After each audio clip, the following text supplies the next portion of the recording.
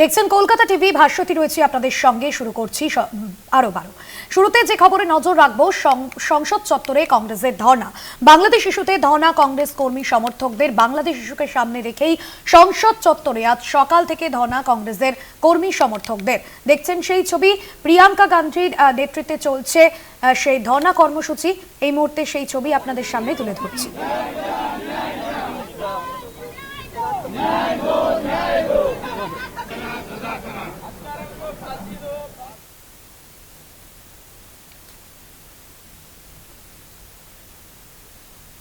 বাংলাদেশে সংখ্যালঘু হিন্দুদের ওপর নিপীড়নের অভিযোগ সামনে আসছে এবং আমরা দেখেছি যে মোহাম্মদ ইউনূসের সরকার আসার পর থেকেই যে বারংবার হিন্দু সংখ্যালঘুদের উপর নিপীড়নের যে ঘটনা প্রায় প্রতিদিনই ঘটে উঠছে এবং বিভিন্ন ক্ষেত্রে ধর্মীয় স্থান তা ভাঙচুর চালানো হচ্ছে এবং এই মুহূর্তে বাংলাদেশ ইস্যুতে ধর্ণা কংগ্রেস কর্মী সমর্থকদের।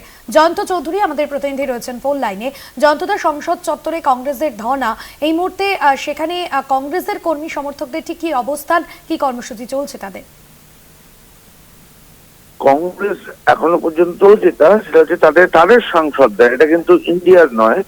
এখনো পর্যন্ত দেখা যাচ্ছে সব কংগ্রেস সাংসদরা, হ্যাঁ, সেখানে প্রিয়াঙ্কাও রয়েছেন, রাহুলও রয়েছেন, সবাই রয়েছেন। তারা সবাই আজকে যে বিষয়টা তাদের প্রচারের বা তাদের আন্দোলনের অভিমুখ, সেটা হচ্ছে বাংলাদেশ নিয়ে তারা অবিলম্বে প্রধানমন্ত্রী এবং আমাদের স্বরাষ্ট্রমন্ত্রী এর বিবৃতি দাবি করেছেন।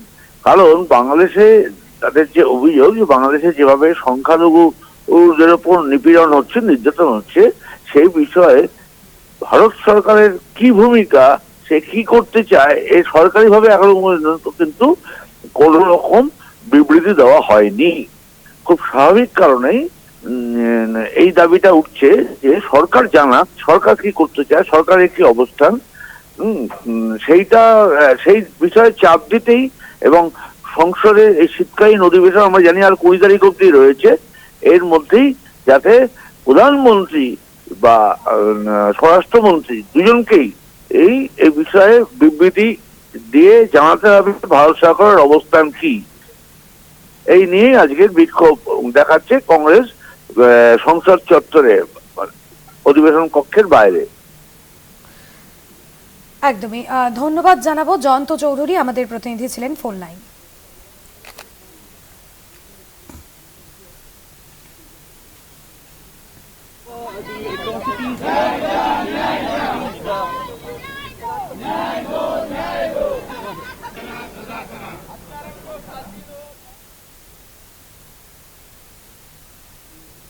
সংসদে এক দেশ এক ভোট বিল নিয়ে কড়া সমালোচনায় অভিষেক বন্দ্যোপাধ্যায়।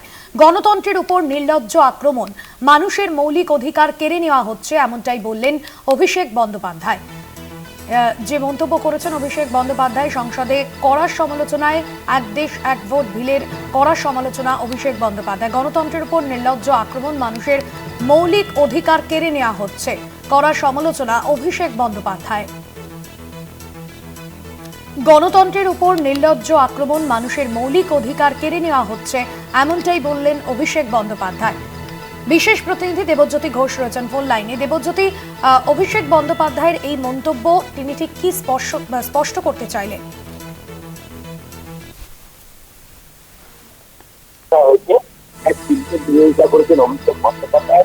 তিনি বলেছেন এটা গণতন্ত্রের আক্রমণ।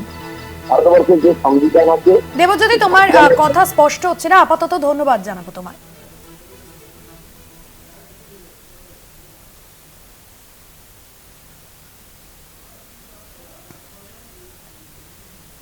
सामने सूचीबद्ध दस्तावेजों को सदन के पटल पर रखता हूं।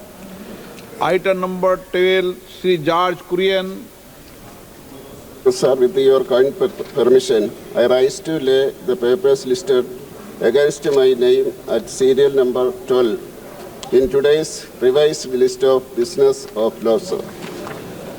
Item number 13, Sri Poita Margarita. Sir, with your permission, I rise to lay on the table of the House papers mentioned against my name at the serial number 13 as per today's revised list of business. Item number 14, Sri K.C. Venugopal. Sri Sogat Rai ji. Sir, I beg to present the following reports, Hindi and English versions of the Committee on Public Accounts 2024-25. Fifth report on action taken by the government. Sixth report on the action taken by the government. Seventh report on the action taken by the government. Eighth report on the action taken by the government on recommendations of the PSC in their 99th report. 5. Ninth report on the action taken by the government on the observation recommendations of the PSC contained in their 102nd report. 17th Lok Sabha on loss of opportunity to earn additional freight and extra expenditure on haulage, Southwestern Railway. Item number 15, Sri Charan Singh Ji Channi. Sir, I rise to present a copy each of first, second, third, fourth, fifth and sixth reports, Hindi and English version of the Standing Committee on Agriculture, Animal Husbandry and Food Processing 2024-25 as listed against my name at serial number 15 in today's list of business. Thank you, sir. Item number 16, Sri Radha Mohan Singh. नाम के सामने सूचीबद्ध रक्षा संबंधी स्थायी समिति की पहली, दूसरी, तीसरी, चौथी, पांचवी और छठी रिपोर्ट की एक-एक प्रति हिंदी तथा अंग्रेजी संस्करण प्रस्तुत करता हूं। Item number 17, Sri Saptgiri Shankar Ulka. Sir, I rise to present the fourth report, Hindi and English version of the Standing Committee on Rural Development Panchayati Raj are listed against my name in today's list of business.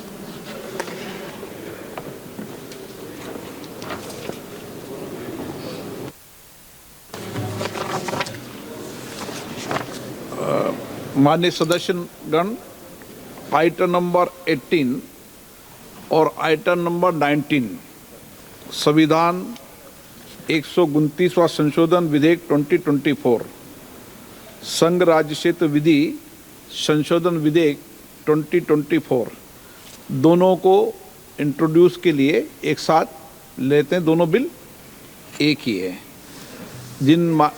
एक minute, सबको बुलाएं। इनको बुलाएं। एक second.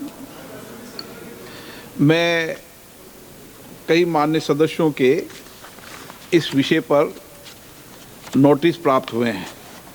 पूर्व में भी ये परंपरा रही है और वक्फ संशोधन विधेयक के समय भी और 1979 के टाइम भी, 1981 के टाइम भी, 1986 के टाइम भी, अलग अलग संविधान संशोधन भी और अन्य विधेयक के समय भी दलों के प्रमुख नेताओं को इस विषय पर अपने विचार व्यक्त करने के लिए परंपरा पूर्व में रही है।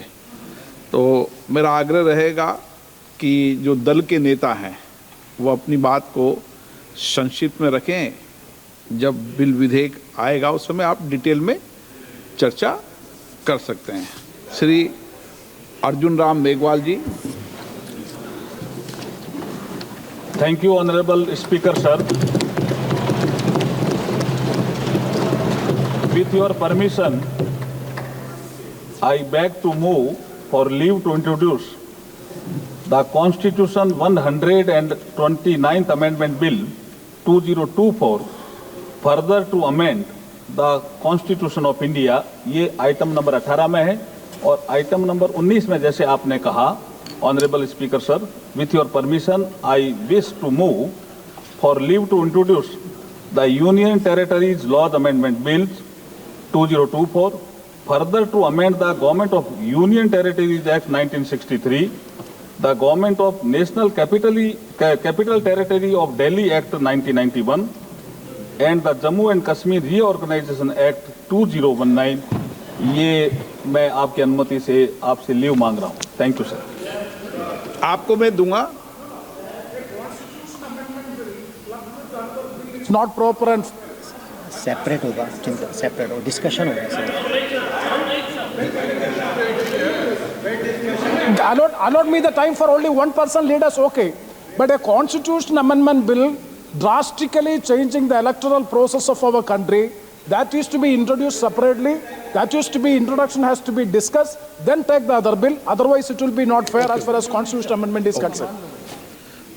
माननीय सदस्यगण, मैंने आपको कहा है कि दोनों के विषय पर एक साथ बोलेंगे, लेकिन इंट्रोड्यूस भी अलग अलग होगा और पासिंग भी अलग अलग होगी। मतलब चर्चा करते समय मैंने जॉइंट बोला है कि दोनों विषयों पर एक साथ चर्चा करें। बाकी मैंने पेश भी अलग अलग किया है, माननीय मंत्री जी ने पेश अलग किया, मैंने भी अलग अलग बोला, लेकिन चर्चा करते समय जॉइंट करने के लिए कहा है।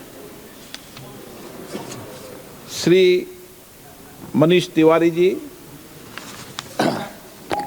Thank you very much, Mr. Speaker, sir. I rise to oppose the introduction of the Constitution 129th Amendment Bill 2024 and the Union Territories Laws Amendment Bill 2024. Mr. Speaker, sir, beyond the 7th schedule of the Constitution is the basic structure doctrine. And that basic structure doctrine spells out that there are certain features of the Indian Constitution which are beyond the amending power of this House also. One of the essential features is federalism and the structure of our democracy. And therefore, the bills which have been moved by the Honorable Minister of Law and Justice absolutely assault the basic structure of the Constitution and are beyond the legislative competence of this House, and therefore they need to be opposed ab initio, and the introduction of those bills have to be stopped. Number two, Mr. Speaker, sir, how is it possible under our constitutional scheme that the tenures of the state legislatures can be made subject to the tenure of the national legislature? That is completely an antithesis of the constitutional scheme. There is absolutely no way under the Indian constitutional scheme where the states are separate constituents and equal constituents, the term of the state legislatures can be made subject to the term of the national legislature. And my final point, Mr. Speaker, sir, India is a union of states. Article 1 of the Constitution states that India is a union of states and not vice versa. And so therefore, this excessive centralism, which is sought to be brought into existence by this bill, absolutely militates against the constitutional scheme in its essence, in its entirety, and in its very object. And therefore, Mr. Speaker, sir, I would once again like to urge this House that the introduction of the bill and the consideration of the bill, because of the basic structure doctrine enunciated by the Supreme Court in the Kesavanand Bharti case, is beyond the legislative competence of this House, and therefore this bill needs to be withdrawn immediately. Thank you, Mr. Speaker, sir. Dharmendra Yadav. धन्यवाद अध्यक्ष जी।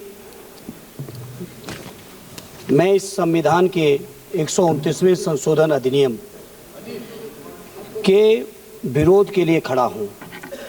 अध्यक्ष जी, मैं समझ नहीं पा रहा हूं, अभी 2 दिन पहले संविधान को बचाने की, संविधान की गौरवशाली परंपराएं की कस्में खाने में कोई कमी नहीं रखी। 2 ही दिन के अंदर संविधान की जो हमारी मूल भावना है, 2 ही दिन के अंदर संविधान का जो हमारा बेसिक स्ट्रक्चर है, 2 ही दिन के अंदर संविधान का जो हमारा संघीय ढांचा है, उसको खत्म करने के लिए संविधान संशोधन बिल लाए हैं। मैं मनीष तिवारी जी से सहमत हूं और अपनी पार्टी और अपने नेता आदरणीय अखिलेश यादव जी की ओर से कहना चाहता हूं, ये बिल पूरे देश के जो अलग अलग भेष भाषाएं, संस्कृति, क्षेत्र की जो मान्यताएं हैं, जो हमारे संविधान निर्माताओं ने बहुत सोच विचार के मंथन अध्ययन करके ये संघीय ढांचा तैयार किया था, राज्यों का गठन भी किया था, संस्कृति के हिसाब से, क्षेत्र के हिसाब से, भाषा के हिसाब से, परिस्थितियों और समय के हिसाब से। मैं नहीं समझता अध्यक्ष जी, मुझे कहने में कोई संकोच नहीं, उस समय के हमारे संविधान निर्माताओं से विद्वान, बाबा साहब भीमराव अंबेडकर से ज्यादा विद्वान इस सदन में अभी कोई नहीं बैठा, मुझे कहने में संकोच नहीं है। और ये संविधान की मूल भावना को खत्म करके कैसे तानाशाही के रास्ते निकाले जाएं, इसके अलावा कोई काम ही नहीं बचा है। आखिर ये मनीष तिवारी जी ने कहा कहीं एक विधानसभा के चुनाव अगर कोई अविश्वास आता है, अगर बहुमत नहीं मिलता है, तो क्या पूरे देश का चुनाव कराओगे? पूरे देश का चुनाव कराओगे? और ये लोग एक देश एक संविधान एक चुनाव की बात करते हैं। जो लोग 8 विधानसभाएं भी एक साथ नहीं करा पाते हो, मौसम देख के तारीखें बदलते हो, वो लोग बात करते हैं एक देश एक चुनाव की। इसलिए अध्यक्ष जी, मैं अपनी पार्टी की ओर से, अपने नेता आदरणीय अखिलेश यादव जी की ओर से इस बिल का पुरजोर विरोध करता हूं और आपके माध्यम से देश के जनमानस से कहना चाहता हूं, ये भारतीय जनता पार्टी के लोग तानाशाही लाने के नित नए रास्ते लाते हैं। जो 8 विधानसभाओं का चुनाव एक साथ नहीं करा पाए, 4 राज्यों के चुनाव एक साथ नहीं करा पाए, वो पूरे देश की लोकसभा और सारे प्रांतों की विधानसभाएं एक साथ कराने की बात करते हैं। मैं पूछना चाहता हूं सरकार से, अगर एक प्रांत के अंदर सरकार गिरती है तो क्या पूरे देश की लोकसभा के चुनाव कराओगे? क्या अगर लोकसभा के चुनाव के चक्कर में उस प्रांत के लोग क्यों सफर करेंगे? अरे चर्चा कर लेना। अरे कुछ नहीं बचा है, कुछ नहीं बचा है आपके पास। अध्यक्ष जी, सदन को थोड़ा सा सिस्टम में लाएं। अध्यक्ष जी, आपसे अनुरोध है, आपके माध्यम से सरकार से अनुरोध है, जनता ने बड़ी उम्मीदों के साथ हम सबको भेजा है और हम सब लोगों की जिम्मेदारी है ये संविधान विरोधी, संघीय ढांचे विरोधी, बेसिक स्ट्रक्चर विरोधी कई केसों की चर्चा की मनीष तिवारी जी ने, मैं उनके साथ जोड़ते हुए माननीय सर्वोच्च न्यायालय की भावनाओं के विरोधी, गरीब विरोधी, दलित विरोधी, पिछड़ा विरोधी, मुसलमान विरोधी, इस नीयत को वापस लो। ये अध्यक्ष जी, आपके माध्यम से मेरी आपसे प्रार्थना है। बहुत बहुत धन्यवाद। एक मिनट प्लीज। माननीय सदस्यगण, हम संसद के अंदर हर विषय की अलग अलग प्रक्रिया होती है। जब राष्ट्रपति भाषण होता है, जब बोलने की प्रक्रिया अलग होती है। संविधान पर उसकी 75 वर्ष की चर्चा पर जब विषय अलग होता है। आप जिस बिल का विधेयक पर विरोध कर रहे हैं वो नियम 72 के तहत विरोध कर रहे हैं। तो मेरा आप सबसे आग्रह है कि हम संसद की मर्यादा, परंपरा, उसकी चर्चा को उच्च कोटि की बनाए। तो नियमों के तहत 72 में के परिप्रेक्ष्य में आप एक मिनट प्लीज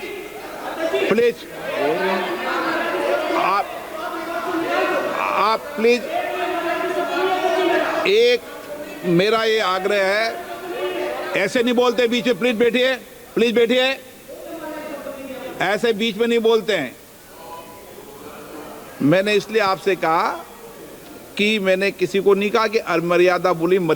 मैंने कहा नियम 72 के तहत आप उस परिप्रेक्ष्य के अंदर बिल का विरोध करने का आपका अधिकार है, वह भी विधेयक की विधायी क्षमता, लेजिस्लेटिव कॉम्पिटेंस के विषय पर। लेकिन विषय गंभीर है, इसलिए मैं सभी माननीय सदस्यों आगे बोल रहा हूं, उस परिप्रेक्ष्य के अंदर वो अपनी बात को कहें, संविधान की मर्यादाओं के अनुरूप अपनी बात कहें। मैं सभी माननीय सदस्यों को पर्याप्त अवसर दूंगा, पर जब बिल पर डिटेल चर्चा होगी तब आप जो भाषा बोल रहे हैं वह बोलने का अधिकार रहेगा। ठीक है, सब सहमत इस बात से? आपको देंगे, आप दोनों में से तय कर लो कौन बोलेंगे। हाँ, आप दोनों तय कर लो पहले। नोटिस है।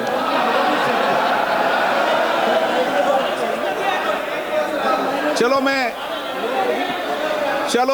मैं दोनों को 2-2 मिनट रख दूंगा। पहले Kalyan Banerjee. Under our constitutional scheme, the basic structure of constitution is read in between the lines. This proposed bill hits the basic structure of the constitution itself. And if any bill, any act which hits the basic structure of the constitution, that is ultra vires. And it is ultra vires. Sir, proposed Article 83, sub-article 5 is just contrary to Article 83, Sub-Article 2. Just contrary. Either you keep 83.2 or you keep 83.5. Both cannot be kept. Both are inconsistent with each other. Then, sir, effect of proposed Article 82A, Sub-Article 3 simply establishes that tenure of State Legislative Assembly simply depending upon the tenure of the House of the People. It is not a doctrine of pleasure. Doctrine of pleasure is under Article 311 of the Constitution. But a mandate which has been given by the people of the country that state assemblies tenure will be depending upon the doctrine of pleasure of this house. How it can be? This is inconsistent. It cannot be accepted. Sir, we must remember this. State government and the state legislative assembly are not subordinate to the central government or to the parliament itself. This parliament is having the power to legislate law under the 7th schedule, list 1 and list 3. Similarly, state assembly is having the power to legislate law under the 7th schedule, list 2 and also list 3, subject to that it would not be contrary, so far concurrent list is concerned, it would not be contrary to the Article 254 of the Constitution. Therefore, by this process, the autonomy of the state legislative assembly is being taken away. That is ultra vires. That is hits the basic structure of the Constitution. Sir, Article 82 or Sub-Article 5, unfortunately, I can't think about it. I can't think that Article 82, Sub-Article 5 is giving an uncanalized power to the Election Commission of India. Though we don't have any value, we don't have any value, then the Election Commission of India will decide everything. Till doomsday, a party cannot remain as a ruling party. One day it will be changed. Sir, why law providing state funding for conducting the election is not brought? Every problem will be resolved. Do all elections. How many monies are being spent? All elections should be done from the state election fund.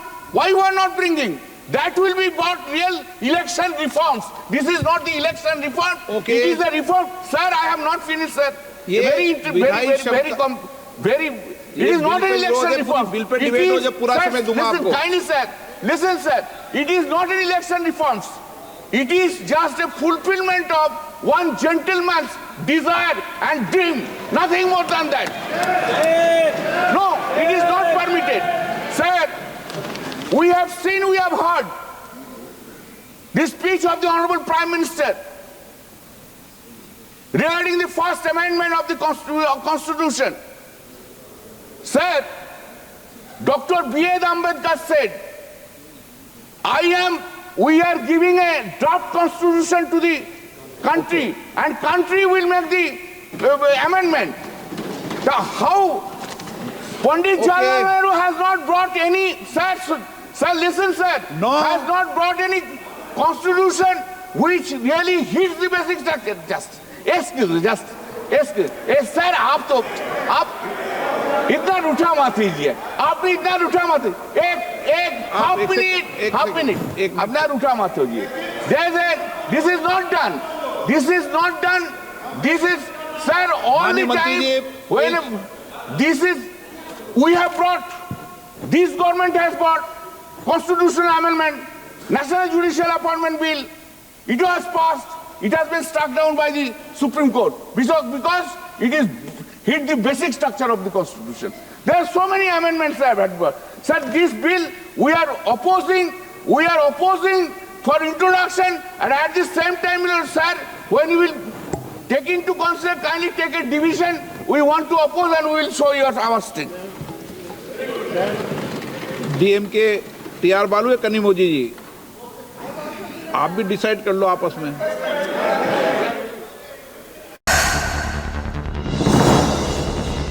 The EVMs VVPAT to meet the requirement of simultaneous election. The Parliamentary Standing Committee in its 79th report in 2015 has concluded that, I quote, gaining consensus of all the political parties may be difficult and holding simultaneous election may not be feasible.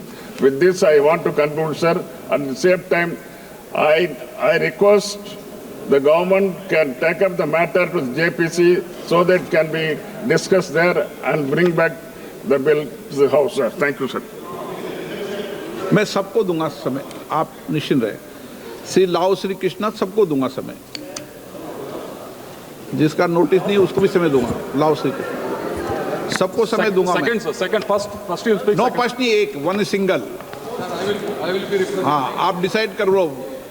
Sir, I rise today on behalf of the Telugu Desam Party to express our unwavering support for the NDA's One Nation, One Election bill.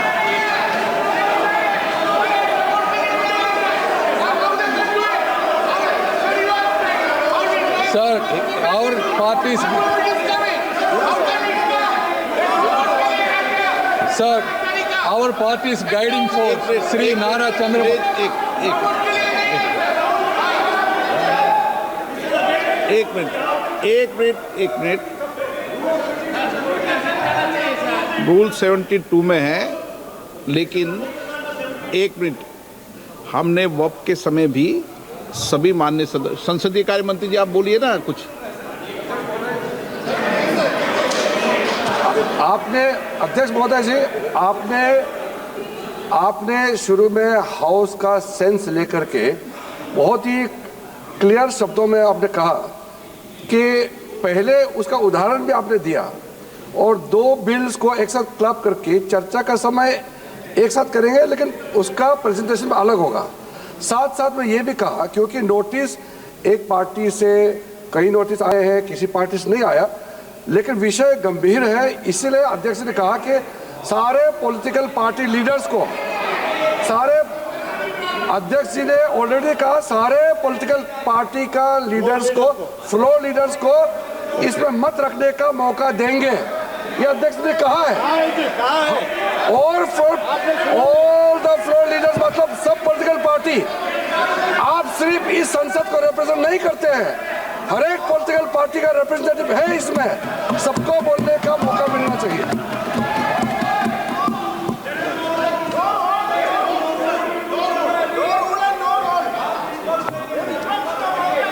Okay, please बैठिए, अभी बुलाते हैं, आपको भी बुलाते हैं, अभी मैं रूलिंग दे रहा हूँ, अभी प्लीज आप बैठिए, आप भी रूल की किताब बैठे हो तो मैं भी रूल की किताब लेके बैठा हूँ, अभी मैं बताता हूँ इस विषय पर। पहले हाँ, मैं अभी बोल रहा हूँ।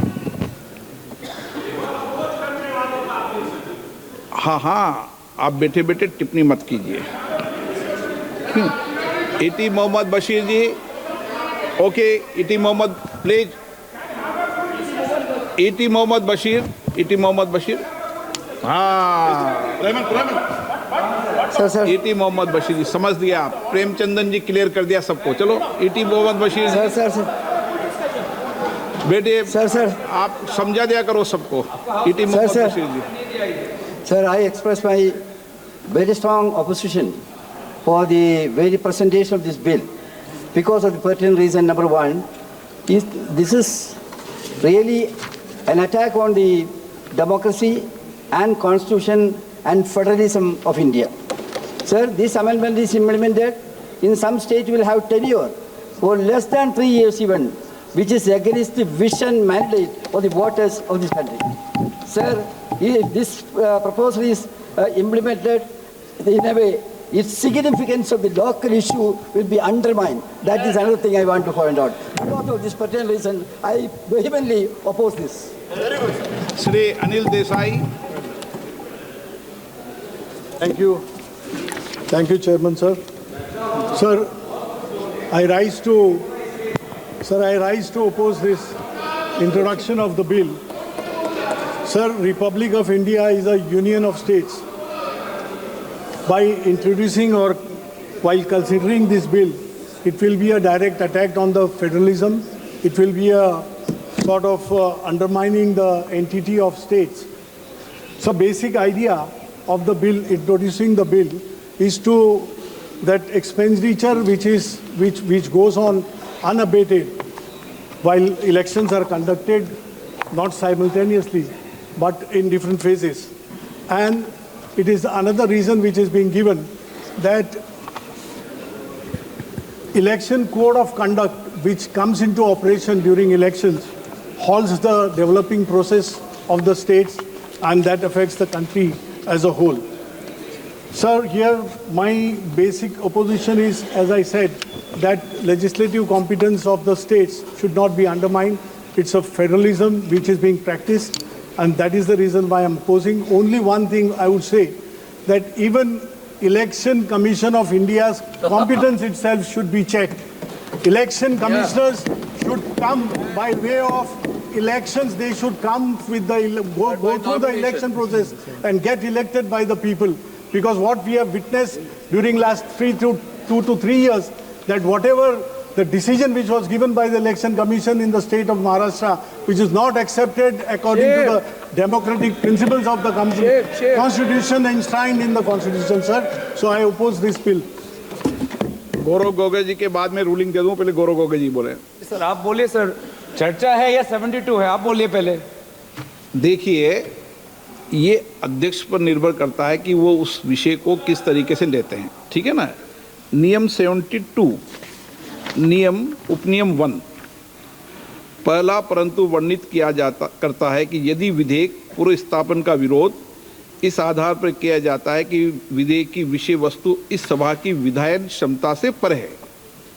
अब सबसे पहले वक्ता माननीय मनीष तिवारी जी ने ये विषय रखा और वक्ताओं ने भी रखा, ये विधायन क्षमता से परे है। और इसीलिए जब ये विषय रखा तो मैंने इस विषय को कहा तो विधायक तो अध्यक्ष अन्य सदस्यों को विधेयक के बंदों पर अपने मत रखने की अनुमति प्रदान की जा सकती, इस तहत किया। हाँ, आप गौरव गोगोई जी तो के बाहर जा सकते हैं, मतलब धन्यवाद सर। ये लेकिन हाँ भी जा सकते हैं, वो तो पूछ रहे। एक सेकंड मैं अध्यक्ष जी जो बोले हैं वो ध्यान से सुना हूं। उन्होंने 72 के बाहर जाने का नहीं कहा है। उन्होंने कहा कि माननीय सदस्य मनीष तिवारी ने 72 का हवाला देकर जो विचार व्यक्त किए हैं और जो विरोध किया है, इस पर सदन का कोई भी सदस्य अपने विचार रख सकता है। अब कांग्रेस पार्टी में विचार रख सकता है मतलब विरोध ही करना है, मगर विचार व्यक्त कर सकते हैं इसका मतलब होता है पक्ष में भी बोल सकते हैं। नहीं, मैं आदरणीय गृह मंत्री को मैं यही कहना चाहूंगा कि अगर कोई पार्टी इसका समर्थन करना भी चाहे तो भी वो समर्थन 72 पे ही रह सकता है। जनरल वो चर्चा में नहीं ला सकते समर्थन के लिए। मैं सर ये दो जो कानून है, constitutional amendment 129 constitutional amendment act और the bill to further amend government of union territories act 63, national capital territories 91, Jammu Kashmir reorganisation act 2019, ये दोनों कानून संविधान और नागरिकों के वोट देने के जो उनकी संवैधानिक अधिकार है उस पर आक्रमण है और इसका हम पुरजोर विरोध करते हैं। विरोध का आधार ये है कि इस सबसे पहले 82(5) में चुनाव आयोग को जो यहाँ पे ताकत दी गई है कि चुनाव आयोग आज राष्ट्रपति को अपना एक निर्णय दे सकते हैं कि कब निर्वाचन हो सकता है। ये कभी भी इससे पहले चुनाव आयोग की ऐसी ताकत भारत के संविधान के निर्माताओं ने नहीं बनाया है। चुनाव आयोग की क्या सीमाएं हैं वो आर्टिकल 324 में है, जहां पर इलेक्शन कमीशन को बस कैसे सुपरवाइज करना चाहिए, कंट्रोल करना चाहिए, इलेक्शन रोल कैसे बनाना चाहिए, वहीं तक ही चुनाव आयोग की क्षमताओं का सीमा बनाया है। लेकिन इस संविधान ने चुनाव आयोग को असंवैधानिक गैर कानूनी ताकत दी है।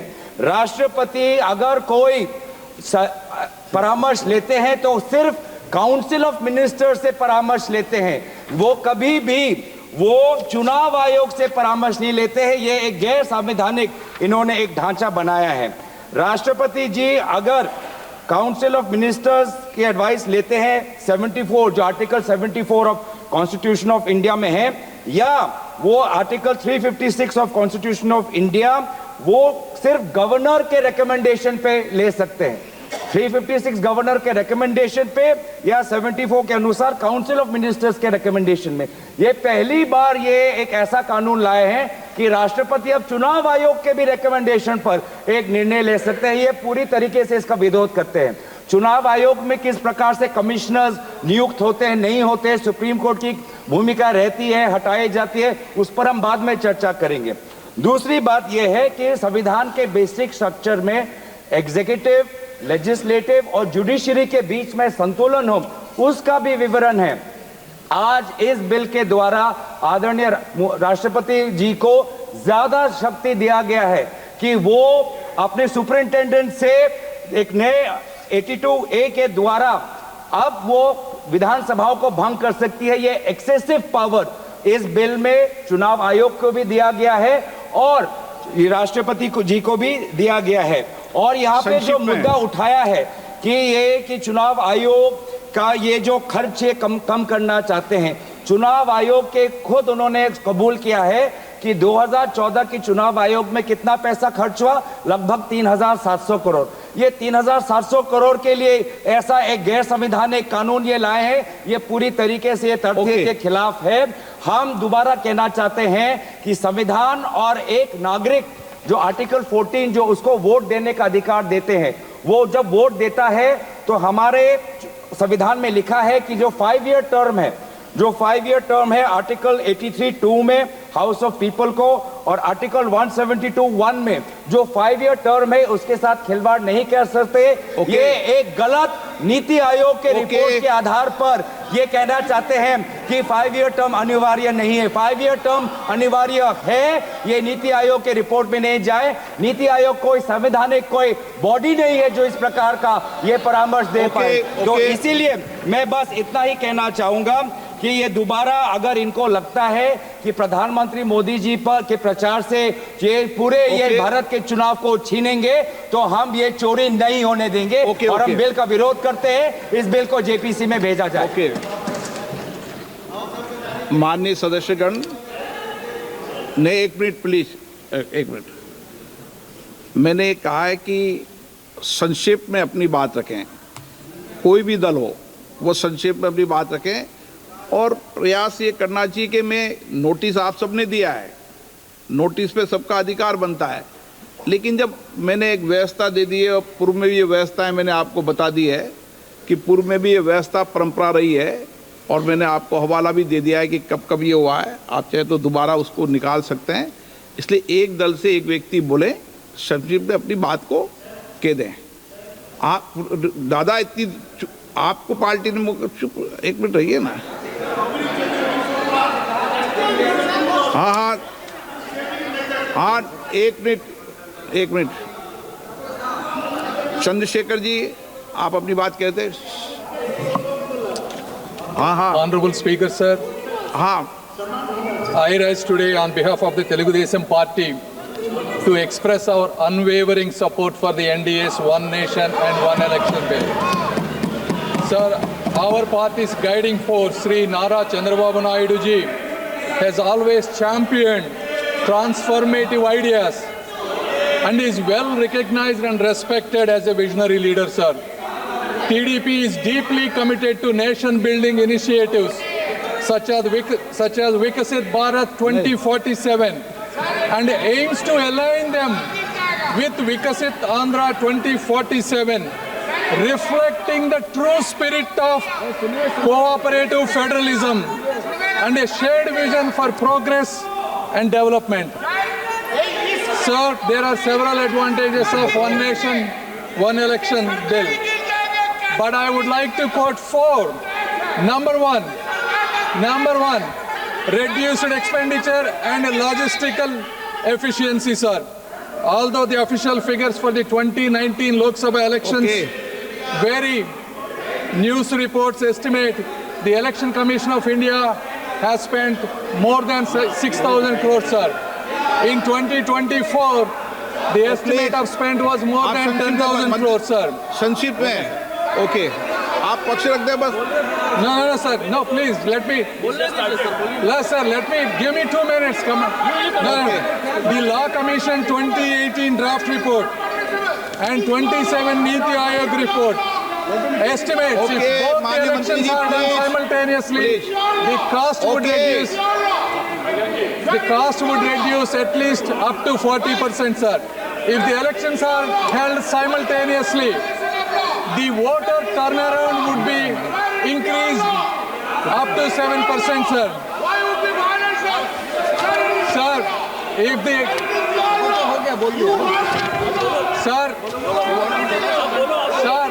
the total estimates of all the parties that spend on these elections is close to 1 lakh crore, sir. Therefore, if the elections are done simultaneously, please. If the elections are done simultaneously, it will reduce the expenditure for both Election Commission of India as well as for the regional parties, sir. And the second is continuity in governance, sir. Sir, over the last 6 months alone, there were 3 elections held for the state, sir. So how can the machinery continue to operate if the elections are done continuous fashion, sir?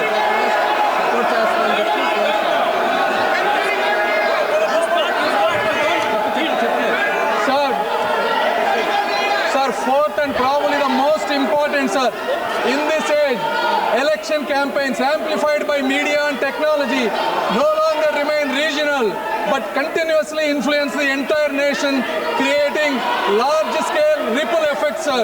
This constant political messaging encourages deep polarization and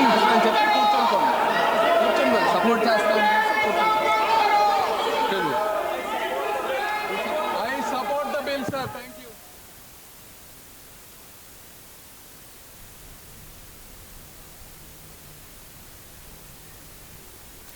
যে খবরে নজর রাখবো 20শে December কর্মীদের আন্দোলনে না কলকাতা হাইকোর্টের। জাতীয় সড়ক ও রেলওয়ে ট্র্যাক অবরোধ করা যাবে না, শান্তিপূর্ণ আন্দোলন করতে পারে কর্মীরা, এমনটাই নির্দেশ হাইকোর্টের প্রধান বিচারপতির ডিভিশন বেঞ্চের। 20শে ডিসেম্বর যে কর্মীদের আন্দোলন নিয়ে ইতিমধ্যে যে অনিশ্চয়তা তৈরি হয়েছিল, তবে হাইকোর্টের যে নির্দেশ জাতীয় সড়ক ও রেলওয়ে ট্র্যাক অবরোধ করা যাবে না, আন্দোলনে না কলকাতা হাইকোর্টের এবং শান্তিপূর্ণ আন্দোলন করতে পারে কর্মীরা, এমনটাই নির্দেশ হাইকোর্টের প্রধান বিচারপতির ডিভিশন বেঞ্চের। শান্তিপূর্ণ আন্দোলন করতে পারে কর্মীরা, এমনটাই নির্দেশ কলকাতা হাইকোর্টের। 20শে ডিসেম্বর কর্মীদের আন্দোলনে না কলকাতা হাইকোর্টের, নির্দেশ হাইকোর্টের প্রধান বিচারপতির ডিভিশন বেঞ্চে। শান্তিপূর্ণভাবে কর্মীরা আন্দোলন করতে পারে, এমনটাই জানিয়েছে কলকাতা হাইকোর্ট।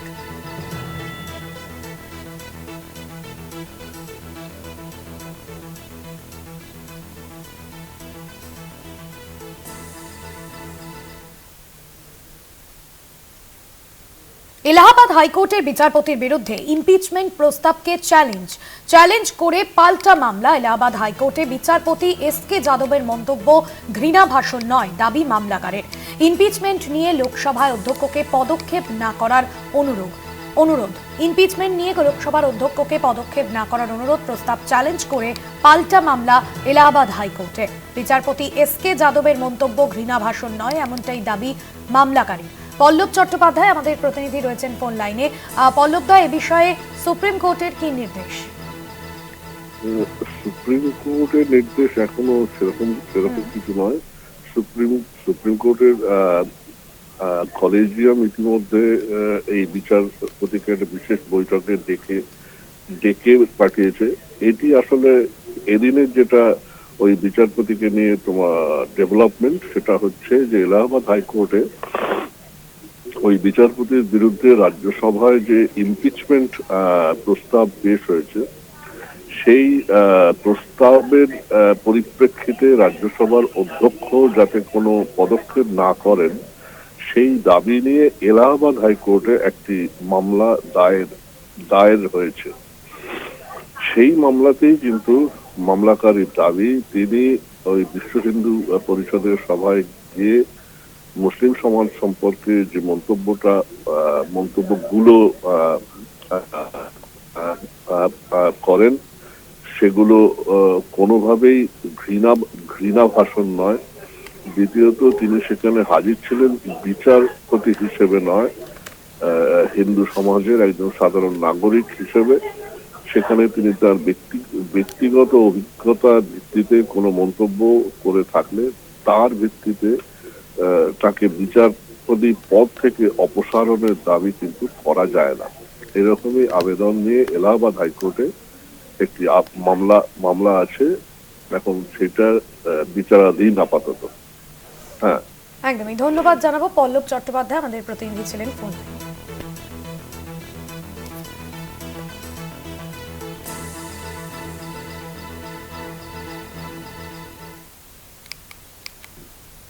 পাশাপাশি যে খবরে নজর রাখবো, ভুয়ো রেশন কার্ড তৈরি করে খাদ্য সামগ্রী আত্মসাতের অভিযোগ রেশন ডিলারের বিরুদ্ধে খাদ্য দফতর ও জেলা শাসকের কাছে অভিযোগ গ্রামবাসীদের। তদন্তের নির্দেশ খাদ্য দফতরের তরফে। ভুয়ো রেশন কার্ড তৈরি করে খাদ্য সামগ্রী আত্মসাতের অভিযোগ সামনে আসছে। ভুয়ো রেশন কার্ড তৈরি করে খাদ্য সামগ্রী আত্মসাতের অভিযোগ রেশন ডিলারের বিরুদ্ধে। এই অভিযোগ গ্রামবাসীদের। তদন্তের নির্দেশ খাদ্য দফতরে। ইতিমধ্যেই খাদ্য দফতরের কাছে ও জেলা শাসকের কাছে অভিযোগ জানিয়েছেন গ্রামবাসীরা। রেশন ডিলারের বিরুদ্ধে এই অভিযোগ আনছেন গ্রামবাসীরা। গোটা বিষয়টি খতিয়ে দেখবেন এমনটাই খাদ্য দফতরের আধিকারিকদের তরফে জানানো হয়েছে।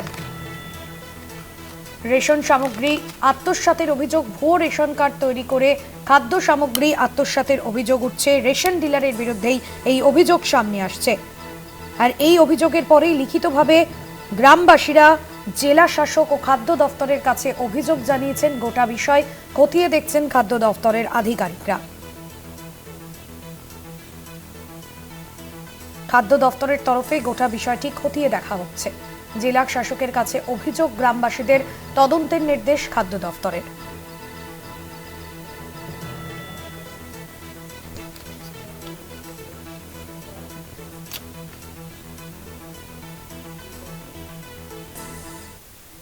খড়দহে পুকুর ভরাটে বন্দিপুর পঞ্চায়েতের তৎপরতা। ঘটনাস্থলে রহরা থানার পুলিশ। আটক বালির বস্তা সহ ভ্যান। অনুমতি ছাড়া জলাজমি ভরাটের অভিযোগ পুলিশের। তৎপরতায় বন্ধ করা হয় জলাজমি ভরাটের কাজ। খড়দহে পুকুর ভরাটে বন্দিপুর পঞ্চায়েতের তৎপরতা। জলাভূমি ভরাটের কাজ পুলিশের তৎপরতায় বন্ধ হয়। ঘটনাস্থলে রহরা থানার পুলিশ। আটক করা হয়েছে বালির বস্তা সহ ভ্যান। অনুমতি ছাড়া জলাজমি ভরাটের অভিযোগ সামনে আসছে। জয়ন্ত মজুমদার আমাদের প্রতিনিধি রয়েছেন ফোন লাইনে। জয়ন্ত, কাদের বিরুদ্ধে এই অভিযোগ সামনে আসছে, কি জানা যাচ্ছে? পারা যাচ্ছে যে বন্ধুপুর গ্রাম পঞ্চায়েতের অন্তর্গত যে আরপাটনার মোড়, সেই সংলগ্ন একটি জলা জায়গা ছিল। সেই জলা জায়গা কিন্তু যেমনটা বন্ধুপুর গ্রাম পঞ্চায়েত সদস্যরা অভিযোগ করছেন যে জমির মালিক ছিল, সেই কিন্তু সেই জলা জায়গা বেআইনি ভাবে সম্পূর্ণরূপে ভরাট করে দিচ্ছিল। এবং এই ক্ষেত্রে কিন্তু কোনো রকম ভাবে বন্ধুপুর গ্রাম পঞ্চায়েতের থেকে কোনো পারমিশন তারা কিন্তু নেয়নি। এবং এই ঘটনা কিন্তু জানতে পারে বন্ধুপুর গ্রাম পঞ্চায়েত। তৎক্ষণাৎ কিন্তু অভিযান চালায় বন্ধুপুর গ্রাম পঞ্চায়েতের সদস্যরা। এবং তারপরে ঘটনাস্থল থেকে ফোন করা হয় রহরা থানার পুলিশকে। এবং রহরা থানার পুলিশ যে সময় ঘটনাস্থলে পৌঁছায় এবং বন্ধুপুর গ্রাম পঞ্চায়েতের সদস্যরা যেই সময় ঘটনাস্থলে পৌঁছায়, সেই সময় তারা যেমনটা বলছেন যে পৌঁছানোর সঙ্গে সঙ্গে দেখা যায় যে যারা কাজ করছিল তারা কিন্তু সেখান থেকে পালিয়ে যায়। এবং তারপরে পুলিশ কিন্তু গোটা ঘটনার চারিপাশে কিন্তু তদন্ত শুরু করে যে কে বা কারা এই ধরনের কাজের সঙ্গে যুক্ত ছিল। এবং তার পরিপ্রেক্ষিতে কিন্তু যে ভ্যানে করে বালি এবং মাটি ফেলে ওই পুকুর ভরাট প্রক্রিয়া চলছিল, সেই ভ্যান সহ বালির বস্তাকে কিন্তু আটক করে রহরা থানার পুলিশ। এবং বন্ধুপুর গ্রাম পঞ্চায়েতের সদস্য মাসুদ লস্কর বলেন, এইভাবে কোনো রকম ভাবে বেআইনি পুকুর ভরাট বা বেআইনি ভাবে কোনো কাজ বন্ধুপুর গ্রাম পঞ্চায়েত কোনো রকম বরদাস্ত করে না। এবং ভবিষ্যতে যতবার হবে ততবার তারা রুখে দাঁড়াবে। এবং ইতিমধ্যেই সেই পুকুর যাতে আগের অবস্থায় ফিরে আসে সেটাই কিন্তু কাজ করছে বন্ধুপুর গ্রাম পঞ্চায়েত। ধন্যবাদ তোমার।